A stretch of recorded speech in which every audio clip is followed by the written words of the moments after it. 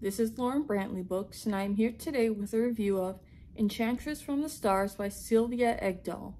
This is a YA science fiction book from 1970. This book takes place in the future where there are human civilizations far more advanced than our own. Our main character, Alana, belongs to one such advanced civilization. These people are spacefaring and regularly visit other planets. Apart from having super advanced technology and space travel, they also have discovered telekinesis and telepathy. Alana's civilization has an organization called the Anthropological Field Services. This is an organization that is committed to looking after worlds with less advanced civilizations. Less advanced civilizations are called youngling civilizations. It's the job of the Anthropological Field Services to go around and take care of threats that threaten the progression of the youngling civilization.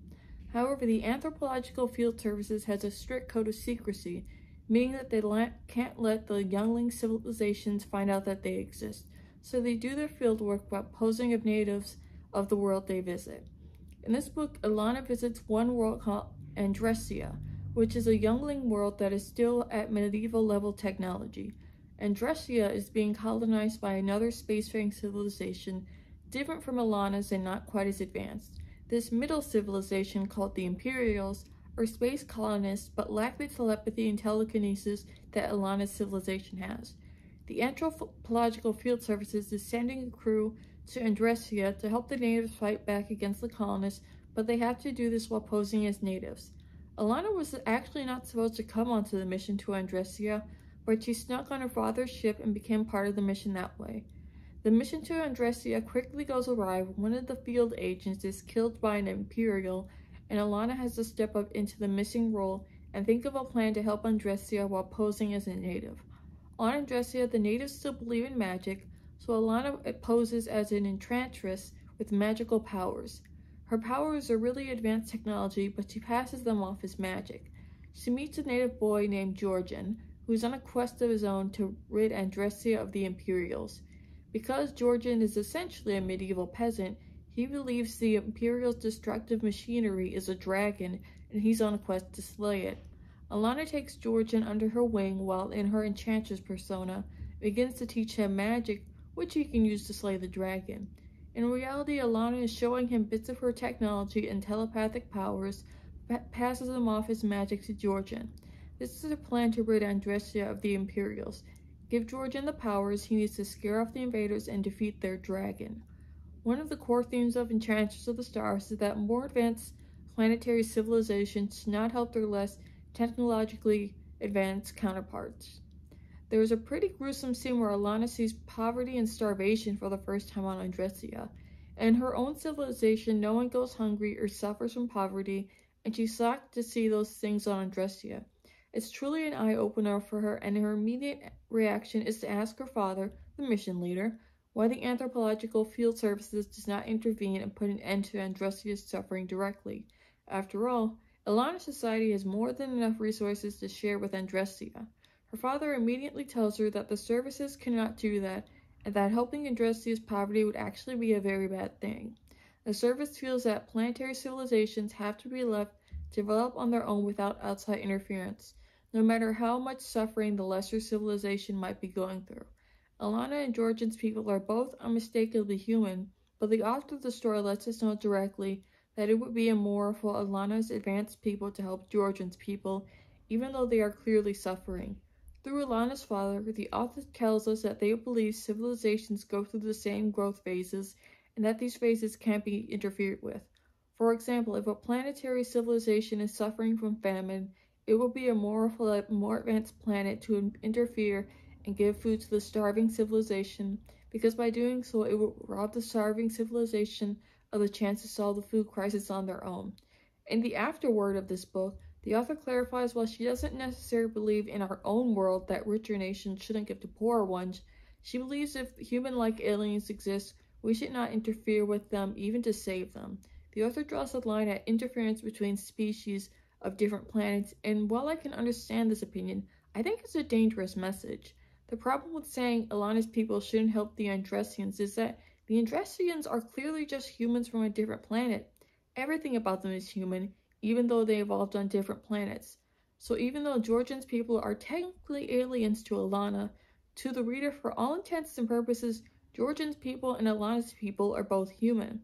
This is where I have beef with the message of the book. If Georgian's peoples are human too, which they are, then the anthropological services has a deep responsibility to help them. They have more than enough resources to end Andressia's hunger, poverty, and diseases, and refusing to use such resources to help them is cruel. The book says through the suffering of Andressia is just and moral because it's a phase all civilizations go through, but I say bullshit. Suffering is never necessary, it's just cruel. I'm definitely not a believer in the idea that we should leave the less fortunate to pull them up by the bootstraps, and that idea is dangerous at best. If Georgian people were a non-sapient species, then sure, it'd be best to leave them to their own devices, but Georgian's people are clearly just as human and deserve the same rights of health and happiness as Alana's people. I hate the speech Alana's father gives, where Alana suggests the anthropological services help Andressia. He says that the service should not intervene because it would disrupt Andressia's development as a civilization. I say, who cares about their development? So what? Human beings on Andressia are suffering right here, right now, and Alana's people have the capacity to end that suffering without breaking a sweat. The only just thing to do in this situation is to help Andressia, aliens or not. They are still human beings and thus have the same rights to health and happiness as Alana's people. Suffering will not build Andressia up, just the opposite. It threatens Andressia's continued existence. There's no guarantee that Andressia will survive long enough to reach the technological level of Alana's people. They could very well die of hunger, diseases, war, or other manner of things. The best chance Andressia has to survive long term is for the anthropological field services to help them directly. Protocol be damned. Alana's instincts were right, and her father just sounds like an uncaring asshole suggesting that the services is just letting Andressia fend for itself. It's absolutely no different than saying richer nations shouldn't help those that are less fortunate. Georgian people are human beings and therefore have a right to life, liberty, happiness just as much as Alana's. The author tries to get around this by insisting the services tried to directly intervene with plans before and failed, but personally I see that as a thinly veiled excuse by the author. In reality, if Alana's people helped Georgians directly, it would work out just fine. Better than fine, because Andressia's problems would be solved directly. No more hunger, no more disease, no more war. Think of the countless lives that would be saved. But no, the author insists that leaving the handless beggar on the side of the road to starve is the moral thing to do. Don't worry about them, because someday their great-great-great-great-grandchildren might become spacefaring people, provided famine doesn't kill all of Andressia first. A famine that Alana's people could have ended without breaking a sweat. As you see, I clearly do not agree with the messages of Enchantress from the Stars. I think it is a callous and dangerous message, the idea that less fortunate people should be left to pick themselves up by the bootstraps, and the idea that suffering builds characters. Both of these themes are demonstrably false. Does this mean I didn't enjoy Enchantress from the Stars? Far from it, and I still think this book has a lot going for it. This book has an excellent main character. Alana is such a refreshing protagonist because she feels like a fully realized person. She is very rash and stubborn protagonist, and it was fun seeing her hard-headed nature get her into trouble. She often made bad decisions and had to suffer the consequences of those decisions, but in the end she would grow some and it made her feel like an actualized person. I love it in books when a character is allowed to make mistakes and grow on their own. It really makes their journey that much more powerful. This book also has 3 different points of view: Alana, Georgians, and Gerald's. Gerald's is one of the imperial colonizers, and all 3 of them are handled well.